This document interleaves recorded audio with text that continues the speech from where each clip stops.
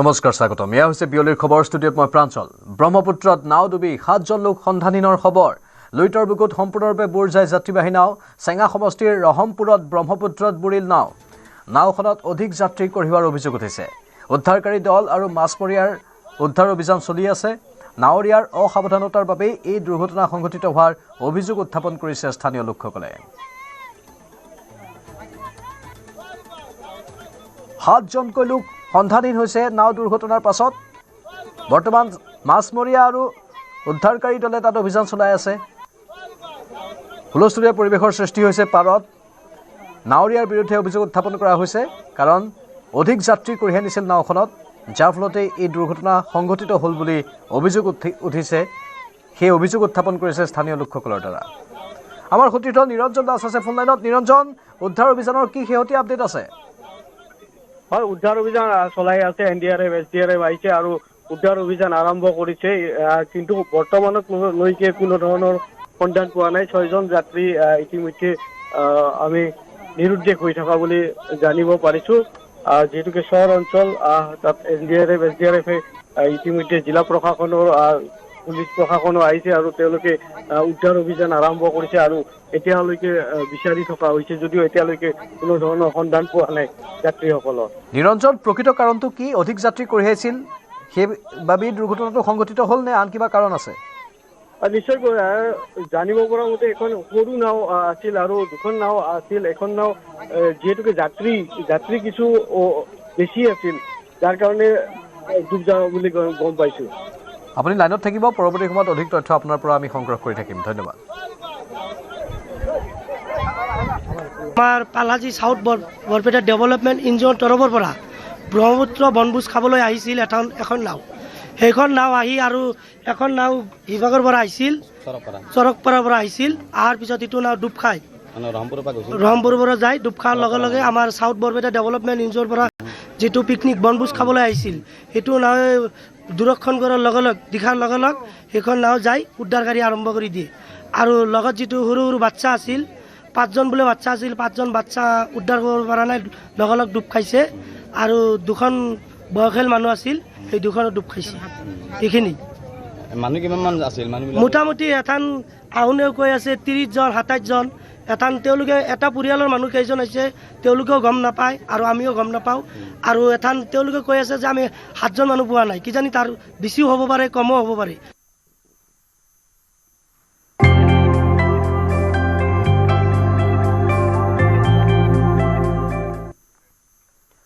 European union আৰু ভাৰতৰ মাজত বৃহৎ চুক্তি স্বাক্ষৰ ইউৰোপৰ পৰা আমদানি কৰা 97% সামগ্ৰীৰ কৰ ৰেহাই এই চুক্তিক মাদাৰ অফ অল ডিলছ আখ্যা এই চুক্তিক ঐতিহাসিক চুক্তি আখ্যা প্ৰধানমন্ত্ৰী মোদীৰ ভাৰত দ্ৰুতগতিত আগবঢ়া অৰ্থনীতিৰ দেশ এই চুক্তিয়ে 4 বিলিয়ন ইউৰো কৰ ৰেহাই দিব ভাৰতৰ আতিথ্যৰ শলাগ ল'লে উৰ্চুলা ভনে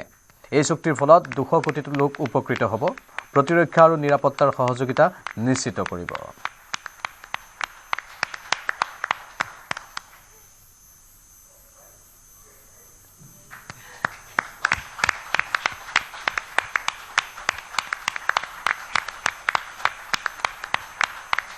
এক ঐতিহাসিক চুক্তি এই চুক্তিৰ ফলত ভাৰতবাসী লাভৱান হ'ব ইউৰোপিয়ান ইউনিয়ন আৰু ভাৰতৰ মাজত এয়া বৃহৎ চুক্তি স্বাক্ষৰ ইউৰোপৰ পৰা আমদানি কৰা 97% সামগ্ৰীৰ কৰ ৰেহাই দিয়া হ'ব এই চুক্তিক মাদাৰ অফ অল ডিলছ আখ্যা দিয়া হৈছে প্ৰধানমন্ত্ৰী মোদীয়েও এই চুক্তিক ঐতিহাসিক চুক্তি আখ্যা দিছে ভাৰত যিহেতু দ্ৰুতগতিত আগবঢ়া অৰ্থনীতিৰ দেশ আৰু ইউৰোপিয়ান ইউনিয়নে ভাৰতৰ সৈতে এই চুক্তি স্বাক্ষৰ কৰি তেওঁলোকৰ বাবেও শুভবাৰ্তা কঢ়িয়াই আনিব বুলি আশা কৰা হৈছে এই চুক্তিয়ে 4 বিলিয়ন ইউৰো কৰ ৰেহাই দিব ভাৰতৰ আতিথ্যৰ ইতিমধ্যেই শলাগ লৈছে উৰ্চুলা ভনে এই চুক্তিৰ ফলত 200 কোটি লোক উপকৃত হ'ব বুলি সতৰি কৰা হৈছে Thank you, madam. With that, ladies and gentlemen, we conclude the press statements. Thank you very much.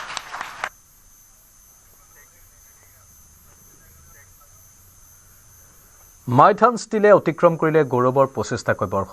তাৰ প্ৰতি লক্ষ্য ৰাখি কৰ্তৃপক্ষই মাইথানৰ উদযাপন নামৰ এক অনুষ্ঠানৰ আয়োজন কৰে অনুষ্ঠানত উপস্থিত থাকে ব্ৰেণ্ড এম্বেছাডৰ ৰেছলাৰ গ্ৰেট খালি 2001 চনৰ পৰা বৰ্তমানলৈকে প্ৰতি বছৰে 60,000 টন উৎকৃষ্ট মানৰ ষ্টিল নিৰ্মাণ কৰিছে মাইথানে সময়ৰ লগে লগে কোম্পানীটোৱে নিজক আগবঢ়াই নিছে 25খন ৰাজ্য আৰু কেন্দ্ৰীয় শাসিত প্ৰদেশত মাইথান উপলব্ধ মাইথান ষ্টীল 250ৰো অধিক সংস্থাই ক্ৰয় কৰে 25 লাখৰো অধিক ব্যক্তিগত ঘৰ নিৰ্মাণত ব্যৱহৃত হৈছে 25,000ৰো অধিক ব্যক্তিক প্ৰত্যক্ষ পৰোক্ষভাৱে সংস্থাপন দিছে গ্ৰাহকৰ মাজত মাইথানে বিশ্বাস আৰু জনপ্ৰিয়তা অক্ষুণ্ণ ৰাখিছে ब्रांड एम्बेसडर तो हुई मैं ब्रांड एम्बेसडर तो हूँ उसका माइथन स्टील का लेकिन उससे ज़्यादा हमारा जो एक परिवार है और मैं हमेशा उनके साथ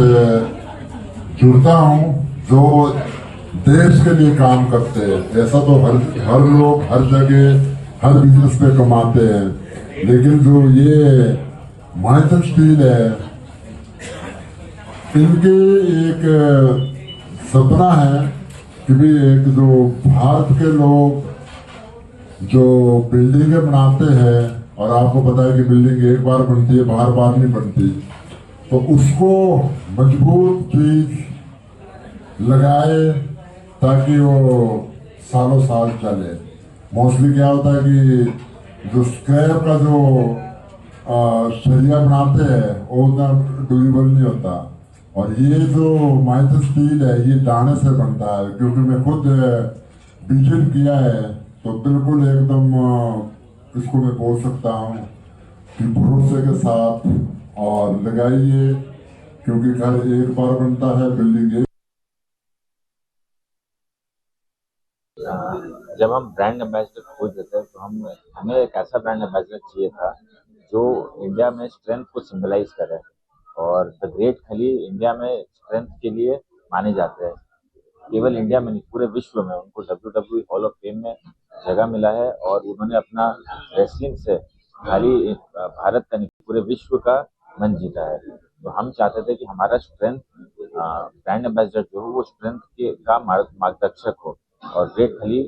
हमारे लिए वही ब्रांड एम्बेसडर निकले और हमारा एसोसिएशन उनके साथ आज 6-7 साल पुराना हो गया और हर साल हमारा एसोसिएशन उनके साथ और स्ट्रॉन्गर होते जा रहा है अभी 25 साल में हम लोगों का प्रोडक्शन कैपेसिटी है 5 लाख टन पर एनम ये एक इंटीग्रेटेड स्टील प्लांट है और अभी हमें एक पोल्यूशन क्लियरेंस मिला है सरकार की तरफ से MOEF क्लियरेंस जो बहुत ही जरूरी होता है 9 लाख टनों का पर एनम तो हमारा यही टारगेट है कि अभी हम लोग 5 लाख से 9 लाख टन में पहुंचे जो हमारा स्टील बिजनेस है और स्टील की सेल्स है इंडिया के 25 स्टेट और यूनियन टेरिटरी में है जिसमें east India north east India central India और नॉर्थ इंडिया हम लोग कवर कर चुके हैं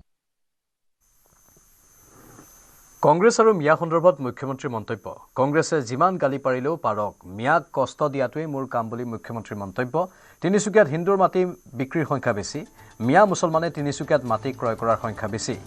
দিগবৈ দুলিয়াজান তিনিচুকীয়ালৈকে মিয়া ভৰি গ'ল সেয়েহে এতিয়া আমি সাৱধান হ'ব লাগিব এছাৰত কোনো অসমীয়া মানুহৰ কষ্ট হোৱা নাই মিয়াই কষ্ট পালে আমি কিয় কষ্ট পাব লাগে বুলিও মন্তব্য কৰে মুখ্যমন্ত্ৰীগৰাকীয়ে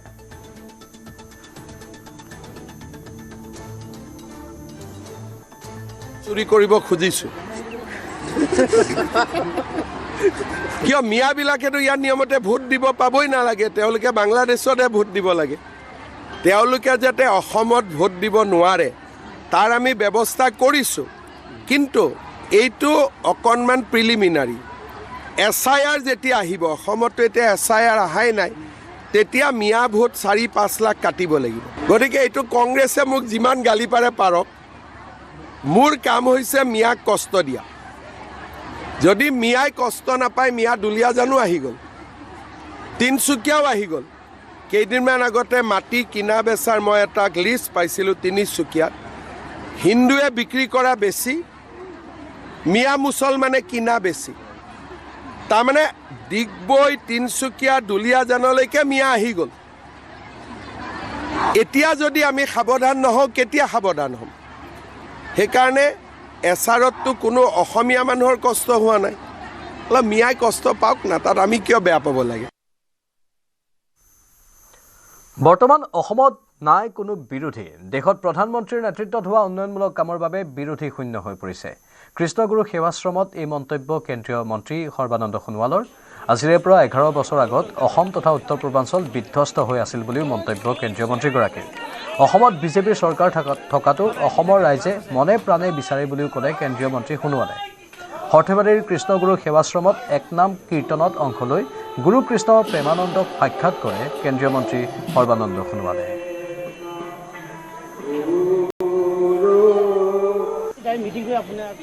বৰ্তমান সময়ত বিৰোধী নাই আৰু বিজেপি ভাল কাম কৰিছে মাননীয় প্ৰধানমন্ত্ৰী নৰেন্দ্ৰ মোদী ডাঙৰীয়াৰ নেতৃত্বত সমগ্ৰ ভাৰতবৰ্ষতে যিমান উন্নয়ন হৈছে বিশেষকৈ আটাইতকৈ পিছপৰা অঞ্চল হিচাপে পৰিগণিত আছিল 11 বছৰ আগলৈকে অসম আৰু উত্তৰ পূৰ্বাঞ্চল এতিয়া ভাৰতবৰ্ষৰ বুকুত জিলিকি উঠিছে গতিকে সেইকাৰণে অসমৰ জনগণে অসমত বিজেপি চৰকাৰ থকাটো মনে প্ৰাণে বিচাৰে কংগ্ৰেছক দিয়া ডেডলাইনক লৈ অটল অখিল গগৈ 31 জানুৱাৰীৰ ভিতৰত চূড়ান্ত কৰিবই লাগিব মিত্ৰতা অন্যথা ৰাইজৰ দলে প্ৰকাশ কৰিব নিজৰ প্ৰাৰ্থী তালিকা ৰাইজৰ দলৰ ডেডলাইন পূৰ্বে নস্যাৎ কৰিছিল কংগ্ৰেছে মিত্ৰতাৰ ক্ষেত্ৰত অখিল গগৈ অতুল বৰাৰ দৰে নহয় বুলিও কৰে মন্তব্য মিত্ৰতাৰ বাবে সাৰেন্ডাৰ নকৰে অখিল গগৈয়ে স্পষ্টকৈ কৈছোঁ ডেডলাইন নহয় কংগ্ৰেছক মই আকৌ এবাৰ কৈছোঁ যে আমাৰ বিৰোধী পক্ষৰ যিটো এলায়েন্স মানে বুজাবুজি সেই বিৰোধী পক্ষৰ এলায়েন্সটো যিমান পাৰি সোনকালে এজ চুন এজ পচিবল বুলি মই শব্দটো কওঁ আৰু মই সেইটো কোৱাৰ বাহিৰে কি আছে কংগ্ৰেছে সোনকালে কৰি দিয়াটো উচিত দেৰি কৰি আছে কংগ্ৰেছে যদি 126টাটো খেলে খেলক কিন্তু আমাক চিটকেইটা লাগিব কংগ্ৰেছে যদি 300টাটো খেলে খেলক কিন্তু আমাৰ নিজৰ চিটকেইটা লাগিব 31 তাৰিখলৈকে ৰক মই আপোনালোকক ফুল তালিকাখন দি দিম আমি কোনকেইটা সমষ্টি বিচাৰিছোঁ 26ৰ নিৰ্বাচনত কংগ্ৰেছে 100খন আসনত অকলেই প্ৰতিদ্বন্দ্বিতা কৰিব বিৰোধী দলৰে সৈতে মিত্ৰতাৰ প্ৰসংগ অতি গোপনীয়তাৰে ৰখা হৈছে 26ত কংগ্ৰেছ দলৰ নেতৃত্বতে চৰকাৰ হোৱাৰ লগতে গৌৰৱ গগৈ মুখ্যমন্ত্ৰী হ'ব বুলি দাবী কৰে ৰিপুণ বৰাই কংগ্ৰেছৰ চৰকাৰ আহিলে বিজেপিতকৈ 100 গুণ উন্নত আঁচনি প্ৰৱৰ্তন কৰিব বুলি মন্তব্য কৰে ৰিপুণ বৰাই এইটোতো হয়ে 126খন বিধানসভা আসন আৰু কংগ্ৰেছ এটা বৃহৎ দল হিচাপে আৰু কংগ্ৰেছৰ আমাৰ সকলোতে যেহেতু আমাৰ সংগঠন মজবুত শক্তিশালী সেইপিনৰ পৰা সভাপতিয়ে 100খনৰ আসনৰ কথা কৈছে আৰু 26খন আসন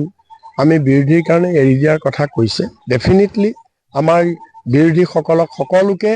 একমোডেট কৰিব পৰাকৈ আমাৰ আসন ভাগ বতৰা সফলভাৱে হ'ব মিত্ৰতাৰ সন্দৰ্ভতটো আমাৰ আলোচনা চলিয়ে আছে কিন্তু আমি সংবাদ মাধ্যমত সদৰি কৰা নাইকিয়া কিছু কৌশলগত কাৰণত আমাৰ আলোচনাটো অতি গোপনভাৱে চলি আছে আৰু আলোচনা খুব পজিটিভ লাইনত গৈ আছে আৰু খুব সোনকালেই আমাৰ মিত্ৰতা হ'ব আৰু আমি সকলোৱে একেলগে যুঁজি আমি বিজেপিক উৎখাত কৰিম ডিগবৈত বিজেপিৰ প্ৰাৰ্থিত্ব সন্দৰ্ভত মুখ্যমন্ত্ৰীৰ মন্তব্য প্ৰতিজন বিজেপি বিধায়কে ভাল কাম কৰিছে ডিগবৈত বিধায়ক সুৰেন ফুকনেও ভাল কাম কৰিছে কিন্তু টিকট দিয়াৰ কাম আমাৰ দলৰ সংসদীয় বৰ্ডৰহে আমাৰ বিজেপিৰ টিকটক লৈ ইমান কোনো ইছ্যু নাই যিদিনা গম পাব টিকট নাপায় বুলি সেইদিনা নিজেই বুজি ল'ব ফেব্ৰুৱাৰীৰ শেষলৈকে সকলো স্পষ্ট হৈ পৰিব বিজেপিত টিকট কেন্দ্ৰিক কোনো সমস্যা নাথাকে ডিগবৈৰ বিধায়ক সুৰেন ফুকনক লৈ মন্তব্য মুখ্যমন্ত্ৰীৰ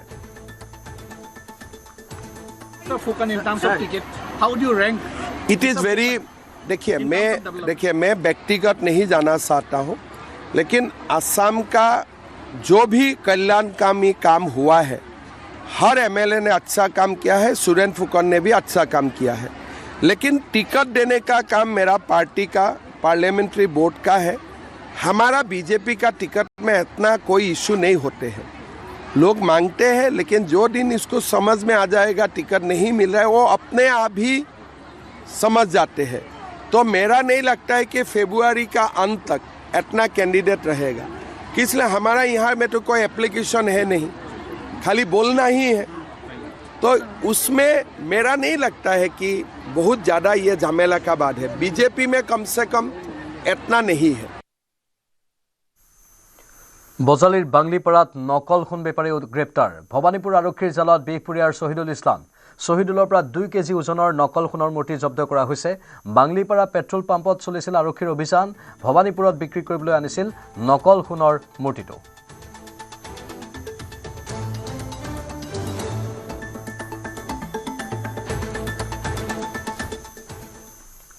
অসমৰ লোকবাদ্যৰ ঝংকাৰেৰে মুখৰিত ৰাষ্ট্ৰপতি ভৱন ৰাইচিনা হিলত উত্তৰ-পূবৰ বৰ্ণিল সংস্কৃতি প্ৰদৰ্শন লোকসংগীতৰ শিল্পী হীৰকজ্যোতি শৰ্মাৰ নেতৃত্বত বিশেষ অনুষ্ঠান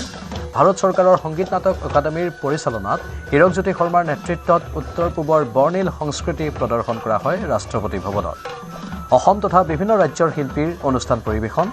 অসমৰ প্ৰীতি বৰা অৰূপ কলিতা পুষ্প বৰা এলেক্স পাৰ্টিন ত্ৰিপুৰাৰ সৃজনলাল ৰিয়াং মেঘালয়ৰ ৰাক্সিল চাংমা মণিপুৰৰ বসন্ত সিনহাই পৰিৱেশন কৰে অনুষ্ঠান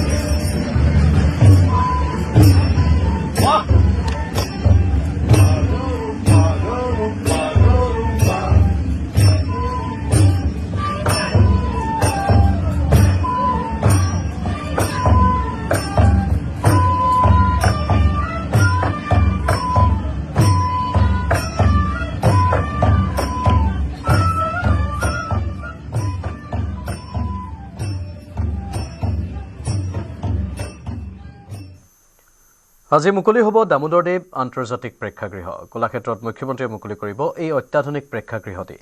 দিব্যাংগ ব্যক্তিৰ মঞ্চাৰোহণৰ বাবে বিশেষ লিফ্টৰ ব্যৱস্থা গ্ৰহণ কৰা হৈছে ইয়াত অত্যাধুনিক থিয়েটাৰ অভিজ্ঞতা কেন্দ্ৰও থাকিব এই প্ৰেক্ষাগৃহত থাকিব অত্যাধুনিক সন্মিলন কক্ষ উন্নত মানৰ আলোক শব্দ প্ৰযুক্তি শংকৰদেৱ কলাক্ষেত্ৰ পৰিসৰত নতুন সংযোজন আৰু ইয়াক অতি অত্যাধুনিক উন্নত বিজ্ঞানসন্মত প্ৰযুক্তিৰে ই সমৃদ্ধ হ'ব আপুনি পোহৰৰ ক্ষেত্ৰতে কক শব্দৰ ক্ষেত্ৰতে কক আৰু ইয়াত আমি বহু ধৰণৰ এনেকুৱা ধৰণৰ সুবিধা ৰাখিছোঁ যিসমূহ আনত নাই ইয়াত আমাৰ এখন স্থায়ীভাৱে LED আমি যিটো কৰিছোঁ সেই LEDটো আপোনাৰ সাধাৰণভাৱে যিবোৰ LED তেনেকুৱা নহয় এখন এটা বিশেষভাৱে নিৰ্মিত আৰু ই খুব উন্নত ৰিজলিউশ্যন বহু হাই ৰিজলিউশ্যন য'ত আমি কাইলৈ চিনেমা চাওঁ বুলিলেও আমি চাব পাৰিম আমি বিশেষভাৱে সক্ষম লোকসকল বা বহু জ্যেষ্ঠ যিসকল নাগৰিক বা শিল্পী তেখেতসকল যেতিয়া মঞ্চলৈ যাবলগীয়া হয় তেতিয়া অসুবিধা হয় কিন্তু আমি এইবাৰ অন্যান্য সুবিধাবিলাক যেনেকৈ থাকে কিন্তু এইবাৰ আমি বিশেষভাৱে এটা লিফ্টৰ ব্যৱস্থা কৰিছোঁ মহাপুৰুষ শ্ৰীমন্ত শংকৰদেৱ সংঘৰ ৯৫ সংখ্যক কেন্দ্ৰীয় অধিৱেশনলৈ হাতত মাথো 10 দিন বাকী অহা 6, 7 আৰু 8 ফেব্ৰুৱাৰীত জামুগুৰিহাটৰ ধলাইবিলৰ জ্যোতি বিষ্ণু সমন্বয় ক্ষেত্ৰত অনুষ্ঠিত হ'বলগীয়া অধিৱেশনৰ বাবে ইতিমধ্যে প্ৰস্তুতি অন্তিম পৰ্যায়ত অধিৱেশনৰ তিনিওটা দিনত লাখ লাখ ভকতক আপ্যায়ন কৰিবৰ বাবে কন্যকা কৃষি পামৰ ফালৰ পৰা ৩৫,০০০ কেজি পাচলিৰ যোগান ধৰা হ'ব ইতিমধ্যে ইয়াৰ বাবে কন্যকা কৃষি পামৰ ১,০০০ বিঘা মাটিত কৰা হৈছে আলু কবি ৰঙালাও বেঙেনাকে ধৰি বিভিন্ন শাক পাচলিৰ খেতি অধিৱেশনৰ বাবে প্ৰয়োজন হোৱা চাউলো যোগান ধৰিব কন্যকাই কৃষি খনিক আছে কন্যাকা কৃষি পামৰ লগত জড়িত মই আপোনাৰ কাষলৈ আহিছোঁ শংকৰ সংঘৰ অধিৱেশন আহি পালেহি গতিকে ইয়াৰ পৰাই গোটেই ৩৫,০০০ কেজি আমি যি শাক পাচলি লৈ যোৱা হ'ব কেনেকুৱা ধৰণৰ প্ৰস্তুতি কি কাম বাকী আছেগৈ চাওক আমি প্ৰথম আমাৰ নদুৱাৰ সমষ্টি বিধায়ক ছাৰৰ নামে ল'ব লাগিব আৰু যিখন আমাৰ শংকৰ সংঘৰ অধিৱেশন হ'ব সেই অধিৱেশনৰ কাৰ্যকৰী সভাপতি আমাৰ বিধায়ক ছাৰ আৰু যেতিয়া এই মানে শংকৰ সংঘৰ যেতিয়াৰ পৰা ধৰক ইয়াত আৰম্ভ হৈছে যে ইয়াতেই হ'ব বুলি তেতিয়াৰ পৰাই কিন্তু আমাৰ কন্যকাৰ সকলো মানে ইয়াৰ থকা কৰ্মকৰ্তাসকল একদম যৎপৰ লাগিছে আৰু বিধায়ক ছাৰেও সেইমতে আমাক বিভাগে দি দিছে আমাৰ 5টা কেম্প আছে 5টা কেম্পে আমি বিভিন্ন ধৰণৰ শাক চব্জি খেতি কৰিছোঁ ইয়াতো দেখিছে আপোনালোকে আলু খান্দিয়ে আছে ঠিক তেনেকৈ আলু গাজৰ তাৰপিছত বেঙেনা বন্ধাকবি, ওলকবি, ফুলকবি, তেনেকৈ বিভিন্ন আৰু ৰঙালাওটো দেখি আহিছে। ৰঙালাও প্ৰায় 50 বিঘামান মাটি আমি ৰঙালাও কৰিছোঁ। কিছু পৰিমাণে আমি বেচিছোঁ, কিন্তু সংঘৰ অধিৱেশনলৈ দিও আমাৰ চাগে যথেষ্টখিনি আমি আকৌ মানে মাৰ্কেটত দিব পাৰিম। কি চব্জি নিয়া হ'ব অধিৱেশনৰ বাবে? অধিৱেশনলৈ ধৰক ৰঙালাও, তাৰপিছত বেঙেনা, বিলাহী, গাজৰ, আলু, বন্ধাকবি, ফুলকবি, ওলকবি, এনেকৈ বিভিন্ন ধৰণৰ যিখিনি মানে আচলতে নিত্য প্ৰয়োজনীয় চব্জি মানে খাৰদি, সেইখিনি আমি সকলোখিনি মানে ভকতে মানে ভালকৈ আপ্যায়ন কৰিব পৰাকৈ আমি কন্যকা ফাৰ্মৰ পৰাই দিম। আৰু এই 6 সাঁজ ভাতৰ মানে যিটো মানে তেল কোৰৰ পৰা যা জলপানলৈকে আমাৰ খৰি গোটেইখিনি আমি ইয়াত আপোনালোকেতো দেখিছে চাগে, গোটেই খেৰ আমি ইয়াৰ পৰাই দিছোঁ। তেনেকৈ যিখিনি প্ৰয়োজনীয় বস্তু গোটেইখিনি আমি দিব পৰা গোটেইখিনি এই MLA ছাৰৰ মানে নেতৃত্বতে সকলোখিনি আমি তালৈ মানে দিয়াৰ ব্যৱস্থা কৰিছোঁ। ধন্যবাদ জনাইছোঁ। নিশ্চয়কৈ আচলতে ভকতসকলক আপ্যায়ন কৰাৰ বাবে এতিয়া দেখিবলৈ পোৱা গৈছে এইসকল কৃষি সৈনিক নামি পৰিছে। আৰু যিহেতু প্ৰায় 1000 বিঘা কৃষিভূমিত এই শাক পাচলিৰ খেতি কৰা হৈছে কন্যাকা বহুমুখী পামত। আৰু ইতিমধ্যে আমি দৃশ্য দেখুৱাইছোঁ এনেধৰণে এইসমূহ শাক পাচলি এতিয়া চপোৱাৰ ব্যৱস্থা কৰা হৈছে। আৰু যিহেতু 6 ফেব্ৰুৱাৰীৰ পৰা 95 সংখ্যক এই বাৰ্ষিক অধিৱেশন অনুষ্ঠিত হ'ব শংকৰ সংঘৰ, তালৈ এইসমূহ শাক পাচলি লৈ যোৱা হ'ব আৰু ভকতসকলক এইসমূহ শাক পাচলিৰে আচলতে আপ্যায়ন কৰা হ'ব। ইৰাণ আক্ৰমণৰ বাবে সাজু হৈছে আমেৰিকা। যিকোনো মুহূৰ্তত আমেৰিকা ইৰাণৰ ওপৰত শক্তি প্ৰদৰ্শন কৰাৰ সম্ভাৱনা দেখা দিছে। ইৰাণ আৰু আমেৰিকাৰ উত্তেজনাৰ মাজতে মধ্যপ্ৰাচ্যত উপস্থিত আমেৰিকাৰ বিমানবাহী যুদ্ধজাহাজ। আমেৰিকাই জলপথেৰে ইৰাণ আক্ৰমণৰ পৰিকল্পনা কৰাৰ সন্দেহ কৰা হৈছে। মধ্যপ্ৰাচ্যৰ জলসীমাত প্ৰৱেশ আমেৰিকাৰ নৌসেনাৰ আব্ৰাহাম লিংকন কেৰিয়াৰ ষ্ট্ৰাইক গ্ৰুপৰ। ট্ৰাম্পে তেহৰানৰ ওপৰত বিমান আক্ৰমণ চলোৱাৰ আশংকাই অধিক ঘনীভূত হৈছে। ইফালে আমেৰিকাকো সকিয়নি হিজবুল্লাহ আৰু হাউথিৰ। লেবাননৰ হিজবুল্লাহ আৰু য়েমেনৰ হাউথি বিদ্ৰোহীয়ে ট্ৰাম্পক পশ্চিম এছিয়ালৈ যুদ্ধজাহাজ স্থানান্তৰিত নকৰিবলৈ সকিয়নি প্ৰদান কৰিছে। সমান্তৰালকৈ ইৰাণ আক্ৰমণৰ বাবে আমেৰিকাক নিজ দেশৰ জলপৃষ্ঠ তথা আকাশ মাৰ্গ ব্যৱহাৰ কৰিবলৈ নিদিয়ে বুলি স্পষ্ট কৰিছে ছৌদি আৰবে।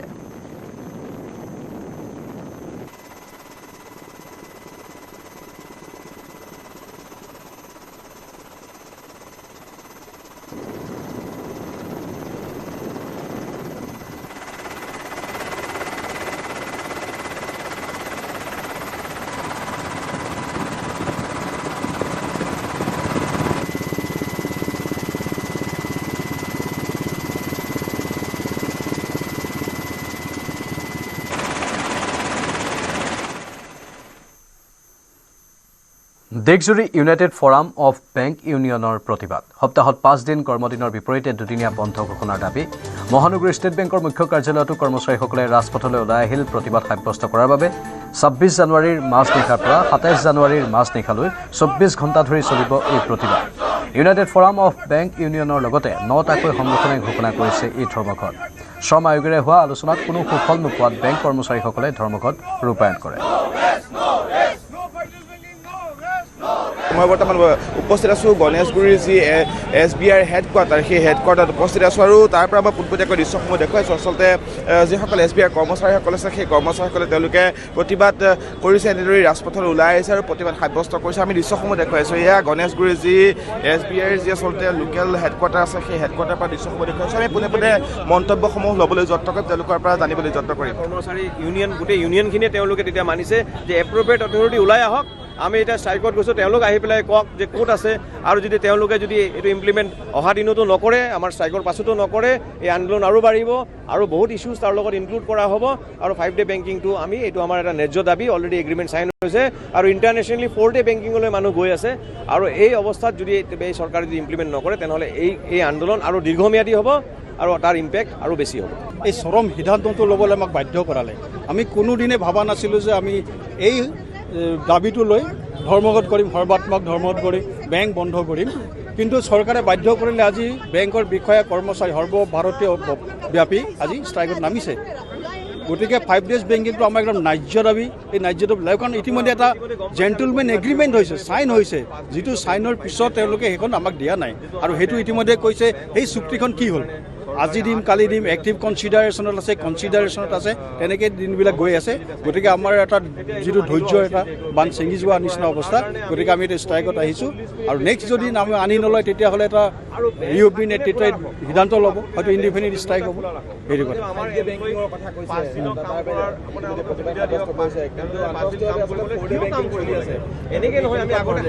হয় হয় আমি ঠিকেই আমি 5 ডেজ বেংকিংটো আগে হৈ লওকচোন ইতিমধ্যে বাহিৰৰ যিখিনি আমাৰ কাণ্ট্ৰিত 4 ডেজ বেংকিঙে কোৰিয়াত হওক এই হওক 4 ডেজ বেংকিং কৰি আছে আমাৰ ইয়াত 5 ডেজ হৈছে যিটো আমাৰ যিটো একদম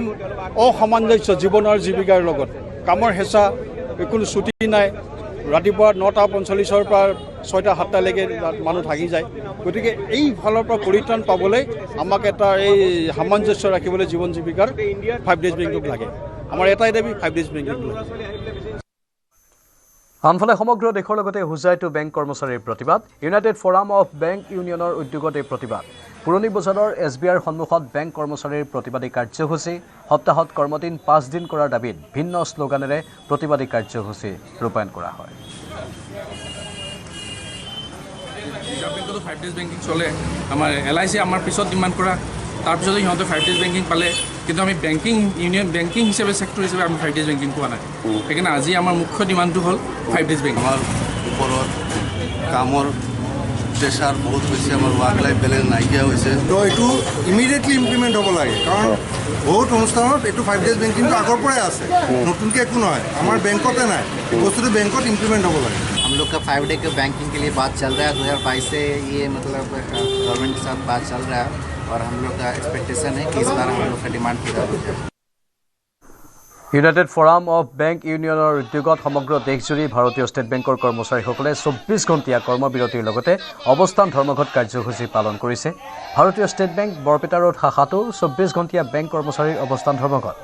সপ্তাহত 5 দিন কৰ্মসূচীৰ দাবীৰে ধৰ্মঘট কাৰ্যসূচী ৰূপায়ণ কৰে আমি 24 ঘণ্টীয়া এক ধৰ্মঘট কাৰ্যসূচী পালন কৰিছোঁ আমাৰ দাবী আমাৰ যি ন্যায্য দাবী আছিলে আজি অত বছৰৰ পৰা আমি 5 ডে বেংকিঙৰ কাৰণে আমি ন্যায্য দাবী জনাই আহিছিলোঁ আৰু লাষ্ট যিটো আমাৰ বেংক সেটেলমেণ্ট আছিলে তাতে অলৰেডি IBA আমাক 5 ডে বেংকিঙৰ এপ্ৰুভেল দিয়া হৈছিলে কিন্তু এই 1.5 বছৰে এই 5 ডে বেংকিং এপ্ৰুভেলৰ কোনো কাৰ্যকৰী কৰা নহ'ল তাৰ প্ৰতিবাদত আজি আমি 26 জানুৱাৰী মাজনিশাৰ পৰা 27 জানুৱাৰী মাজনিশালৈকে 24 ঘণ্টীয়া ধৰ্মঘট কাৰ্যসূচী পালন কৰিছোঁ আমি আহ্বান জনাইছোঁ যে আমাৰ ষ্টেট বেংক বৰপেটা শাখাৰ লগতে যিমান ইউৰোপীয় আণ্ডাৰত যিমান বেংক আছে শাখা আছে সকলোৱে যাতে সৰ্বভাৱে ইয়াৰ সমৰ্থন কৰে আৰু যাতে সৰ্বসাধাৰণ ৰাইজৰ যিখিনি অসুবিধা হৈছে তাৰ বাবে আমি অতিশয় দুঃখিত কিন্তু অল্টাৰনেট চেনেলত তেওঁলোকে যাতে ট্ৰানজেকশ্যন কৰিব পাৰে তাৰো ব্যৱস্থা কৰা হৈছে